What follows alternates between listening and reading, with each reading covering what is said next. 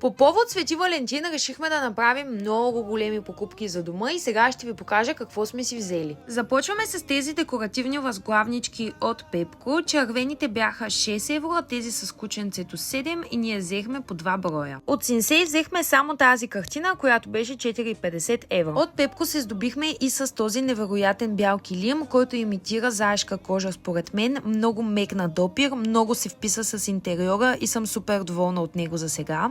Моето най-голямо откритие е магазинът Half Price в Ring Mall, откъдето взехме и тези декорации. Гъбката и цветето бяха около 6-7 евро, но тази свещ е най-голямото ми попадение. Оха е наистина невероятно, изключително силен аромат, а цената й беше около 12 евро. Връщаме се отново към Пепко с този поднос за сладкиши, който е от естествен мрамор, невероятно тежък и масивен. Не мога да повярвам даже, че го взехме само за 6,50 евро, тъй като наистина тук качеството е много добро. Закупихме също и много посуда в неутрални бежеви цветове, купички с цветя и златни прибори. Огледало от предпоследната колекция на Пепко, тази с панделките, което ще ползвам за гримиране, и завършваме с тези чашки. Това далеч не са всички неща, които купихме, но останалите неща може да видите в моя YouTube канал Преси Маринова.